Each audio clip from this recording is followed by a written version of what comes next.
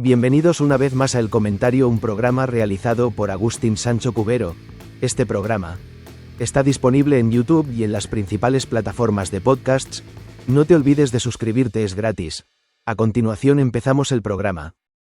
El aire de Madrid en la década de los 50 era denso y gris, cargado con el peso de la posguerra y el anhelo silencioso de un futuro que parecía no llegar nunca.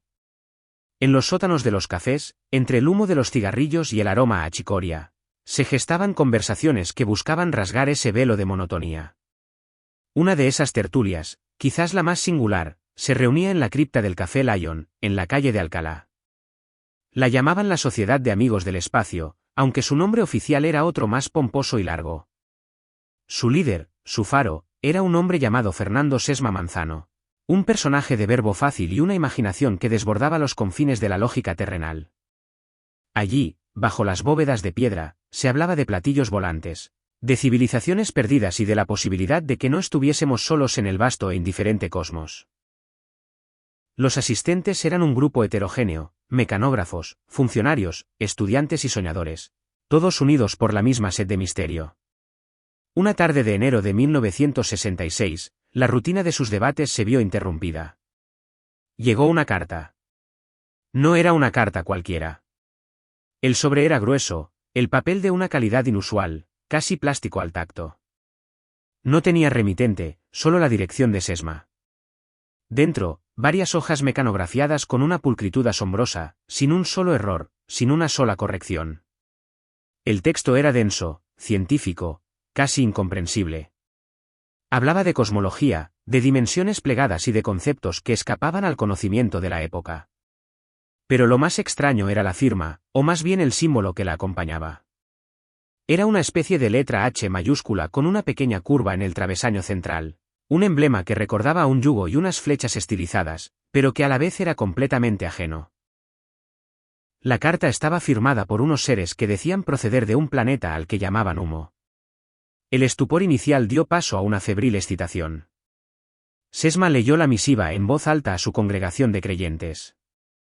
Las palabras resonaban en la cripta, hablando de un viaje que había durado años luz, de una llegada accidentada a la Tierra en los Alpes franceses en 1950.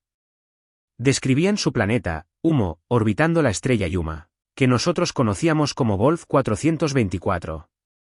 Hablaban de su biología, de su sociedad sin individualismo exacerbado, de su gobierno dirigido por una computadora central. Era una revelación, la respuesta a todas las preguntas que se habían lanzado al aire viciado del café. Durante los meses siguientes, las cartas siguieron llegando. Cada una profundizaba en su ciencia, en su filosofía, en su visión de la humanidad, a la que consideraban una raza primitiva y peligrosamente emocional. La noticia trascendió los muros del Café Lion. Otros investigadores y aficionados a los ovnis de toda España empezaron a recibir también aquellas comunicaciones. Las cartas eran idénticas en su formato, con el mismo papel, la misma tipografía precisa y el inconfundible sello humita al final. Los textos eran de una complejidad abrumadora. Explicaban su concepto del universo a través de una red de dimensiones, el Ibozou, o detallaban la anatomía de su alma, el Buabá. A veces, para demostrar su veracidad, anticipaban descubrimientos científicos que más tarde se confirmarían. Pequeños detalles sobre la composición de una nebulosa o la órbita de un cometa. Pero el contacto no se limitaba al papel. Empezaron las llamadas telefónicas. Una voz gutural, metálica, con un marcado acento nórdico, se presentaba como un delegado de Humo en la Tierra. Hablaba en un español pedante y lento, como si lo estuviera traduciendo de un idioma mucho más complejo. Estas llamadas aumentaron la leyenda y el fervor. Ya no era solo texto, era una voz del más allá. El fenómeno alcanzó su clímax el 1 de junio de 1967. Varias personas, incluido el propio Sesma y su grupo, recibieron un aviso. Se les informaba de que una de sus naves, una OMI, sería visible en los cielos de Madrid. La cita era en el barrio de Aluche. Al atardecer de aquel día, decenas de personas afirmaron haber visto un objeto circular, brillante, con el símbolo humita claramente visible en su parte inferior. Flotó en silencio durante unos minutos antes de desaparecer a una velocidad increíble. Un fotógrafo anónimo envió unas instantáneas a la prensa que mostraban el objeto con una nitidez asombrosa. España entera habló de los hombres de humo. El caso había pasado de ser una curiosidad para iniciados a un fenómeno de masas. Pocos días después, el 10 de junio, el espectáculo se repitió en San José de Valderas. De nuevo, un aviso previo. De nuevo, un objeto discoidal con el símbolo en su panza. Esta vez, la nave eyectó unos pequeños cilindros metálicos antes de desaparecer. Cuando los testigos se acercaron al lugar del aterrizaje, encontraron 3 marcas equidistantes en el suelo, como si un pesado trípode se hubiera posado allí. Y entre la hierba, descubrieron los cilindros. Eran de un material desconocido, y en su interior contenían unas finas láminas de níquel de alta pureza con el símbolo de humo grabado. Las fotografías de este segundo avistamiento inundaron los periódicos y revistas. Antonio Rivera, el decano de los ufólogos españoles, se convirtió en el gran cronista del caso, escribiendo libros que se tradujeron a varios idiomas. El enigma de humo se había hecho internacional. Durante años, las cartas siguieron fluyendo. Llegaron a Francia, donde científicos de renombre como el astrofísico Jean-Pierre Petit se sintieron fascinados por la coherencia y la audacia de los modelos cosmológicos que presentaban. Petit llegó a incorporar algunas de las ideas sumitas en sus propias teorías, reconociendo que, fuera cual fuera su origen, contenían una chispa de genialidad. El corpus de documentos sumitas creció hasta sumar miles de páginas. Hablaban de todo, de su arte inexistente, de su estructura social basada en la lógica pura, de su historia, de sus miedos a la locura, que para ellos era la peor de las enfermedades. Criticaban con dureza las religiones humanas, la guerra, la irracionalidad de nuestras sociedades. Se presentaban como observadores, como antropólogos cósmicos estudiando una especie en cuarentena. El misterio se mantuvo intacto durante casi 3 décadas. Los creyentes defendían la autenticidad de las cartas con una fe inquebrantable. Los escépticos señalaban las incongruencias, las ideas que parecían extraídas de la ciencia ficción de la época, la sospechosa similitud del símbolo humita con ciertos emblemas terrestres. Pero nadie podía ofrecer una explicación definitiva. ¿Quién o quiénes tenían el conocimiento, el tiempo y los recursos para mantener un engaño de tal magnitud durante tanto tiempo? ¿Quién podía redactar informes científicos tan complejos, fabricar artefactos metálicos y orquestar avistamientos coordinados?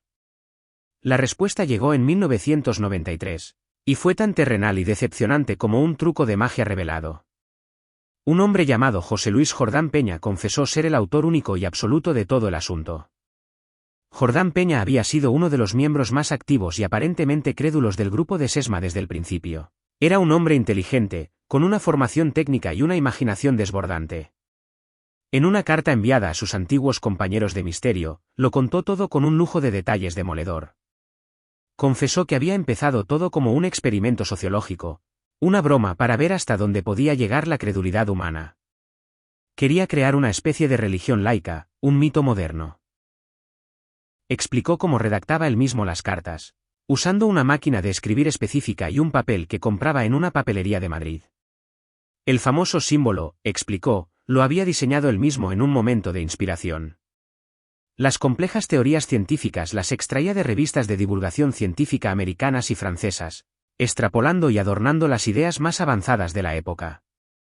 Admitió haber realizado él mismo las llamadas telefónicas, distorsionando su voz con un simple aparato. Y lo más impactante, confesó haber fabricado la maqueta del platillo volante de Aluche y San José de Valderas. Era un modelo a escala, colgado de un hilo de nylon, que fotografió con la ayuda de un cómplice. Las famosas marcas en el suelo las hizo con una simple botella de camping y los cilindros metálicos eran simples tubos para guardar medicamentos que contenían las láminas de níquel que él mismo había encargado grabar. La confesión cayó como una bomba en la comunidad ufológica. Para muchos, fue el final de un sueño. La traición de Jordán Peña, que había jugado durante 30 años con las esperanzas de cientos de personas, era imperdonable. El caso Humo se convirtió en el ejemplo paradigmático del fraude ufológico, una historia de advertencia sobre los peligros de querer creer a toda costa. El hombre que había creado un universo entero con papel y tinta se justificó diciendo que el experimento se le había ido de las manos, que nunca imaginó que alcanzaría tales proporciones. Afirmó que padecía trastornos de la personalidad que le impulsaban a cometer este tipo de actos. Sin embargo, para un núcleo duro de creyentes, la confesión de Jordán Peña no fue el final. Argumentaron que era imposible que un solo hombre, por muy brillante que fuera, pudiera haberlo hecho todo. Sostenían que su confesión estaba llena de contradicciones. ¿Cómo pudo anticipar descubrimientos científicos? ¿Cómo pudo generar informes de miles de páginas con tal coherencia interna? La teoría que surgió entre ellos fue que Jordán Peña era un desinformador, un agente encargado de ridiculizar el caso para ocultar una verdad mucho más profunda. O quizás, decían, él fue el canal inicial, el primer contacto, pero luego el fenómeno real tomó el control y él, asustado o presionado, decidió inventar esa confesión para desacreditarlo todo. Hoy, el caso Humo pervive como una de las leyendas más fascinantes y complejas del siglo XX. Es una historia que lo tiene todo: extraterrestres, ciencia, filosofía, fe, misterio y una revelación final que, en lugar de cerrar el círculo, lo abre a nuevas interpretaciones. Es un reflejo de una época, de la España que salía de la autarquía y miraba al cielo buscando respuestas o simplemente una vía de escape. Es un testimonio del poder de la narrativa, de cómo una historia bien contada puede modelar la realidad de las personas hasta límites insospechados. Las miles de páginas escritas por Jordán Peña, o por los supuestos sumitas, siguen disponibles en Internet. Su lectura sigue siendo un ejercicio turbador. La prosa es fría, analítica, desprovista de emoción, pero describe un universo tan completo y detallado que, por momentos, uno olvida que está leyendo la que probablemente fue la broma más elaborada y poética de la historia de España. El símbolo, esa H curva, sigue siendo un icono para muchos. Representa la duda, la posibilidad de que, detrás del velo de lo cotidiano, se escondan realidades que nuestra mente apenas puede empezar a concebir. Ya sea la obra de un bromista genial o la tarjeta de visita de una civilización lejana, Humo dejó una marca indeleble. Nos obligó a preguntarnos sobre la naturaleza de la verdad, sobre los límites de la ciencia y, sobre todo, sobre la infinita capacidad humana para construir mundos, ya sea en planetas lejanos o en la cripta de un viejo café de Madrid. La voz metálica ya no llama, las cartas con el sello inconfundible ya no llegan, pero el eco de su historia resuena todavía, como una pregunta sin respuesta flotando en el cosmos, un cuento fantástico que un día, durante un breve y emocionante instante, pareció ser completamente real. Y para algunos, en el fondo de su corazón, todavía lo es. La verdad, como en las teorías sumitas, quizás reside en otra dimensión, plegada sobre sí misma, esperando el momento adecuado para revelarse. O quizás, simplemente, reside en la belleza de un buen relato, capaz de hacernos levantar la vista al cielo estrellado y sentir, aunque solo sea por un momento, que no estamos solos. Hasta aquí esta edición del programa del comentario, un programa realizado por Agustín Sancho Cubero. Este programa está disponible en YouTube y en las principales plataformas de podcasts. Hasta la próxima edición del programa. Muchas gracias. Dirección y realización Agustín Sancho Cubero.